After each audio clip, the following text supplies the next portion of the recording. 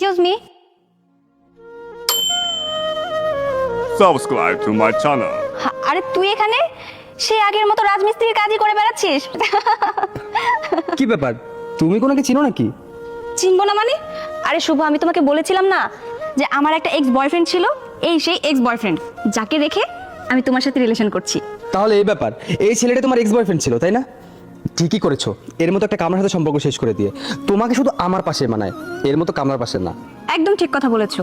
ও তো একটা কামলা, ছোট লোক, ওর কোনো যোগ্যতা আছে আমাকে বউ বানানোর? শুধু শুধু মিছে স্বপ্নই দেখে গিয়েছে যে আমাকে ওর বউ বানাবে। শুনে রাখ, তোর সাথে না আমার কখনো যেত না, আর মানাতেও না, আমাকে শুধু ওর সাথেই মানায়। আর একটা কথা শুনে রাখ, তুই তো রাজমিস্ত্রির কাজ করিস, আর আমার হবু হাজবেন্ড, ওর মাসিক স্যালারি কত জানিস? 1 লক্ষ টাকা। এই টাকা তো তুই বাপের জীবনেও চোখে দেখিসনি। তাহলে বোঝ তোর লেভেল কোথায় আর ওর লেভেলটা কোথায়। আচ্ছা শোনো না, এখানে দাঁড়িয়ে সময় নষ্ট না করে যেটা জিজ্ঞেস করো সেটা জিজ্ঞেস করো। আরে দাঁড়াও দাঁড়াও, জিজ্ঞেস তো করতেই হবে। এতদিন পরে ছোট লোকটার সাথে দেখা হলো, কিছু জিজ্ঞেস না করলে হয়? আচ্ছা, তুই তো অনেক বড় গলায় বলেছিলি তুই আমাকে ভালোবাসিস, তুই আমার জন্য এটা করবি সেটা করবি, আমার জন্য রাজপ্রাসাদ করে দিবি। এই তার নমুনা? তুই তো করিস রাজমিস্ত্রির কাজ, এই রাজমিস্ত্রির কাজ করে আমাকে রাজপ্রাসাদ করে দিবি?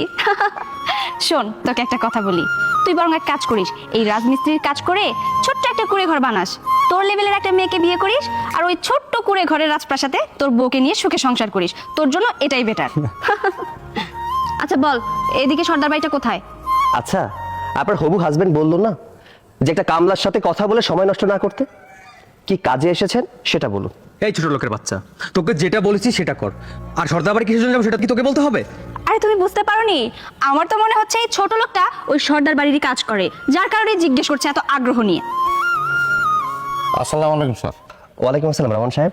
স্যার, আপনি যে কাজে পাঠিয়েছেন সেই প্রজেক্ট আমরা সাকসেসফুল। এই কাজটি যদি আমরা ঠিকমতো করতে পারি তাহলে আমাদের 5 কোটি টাকা ব্যবসা হবে। যাক, আলহামদুলিল্লাহ, শুনে খুশি হলাম। শুনুন, আমার ডেস্কের উপরে একটা চেক রাখা আছে, চেকটা পার্টিকে দিয়ে দিবেন। জি স্যার। তাহলে আসি স্যার। ওকে, আসসালামু আলাইকুম। আর শুনুন, আরে কথায় কথায় ভুলে গেছে, আমি তো দেশের বাইরে ছিলাম, আপনার ওই স্যালারিটা দেওয়া হয়নি।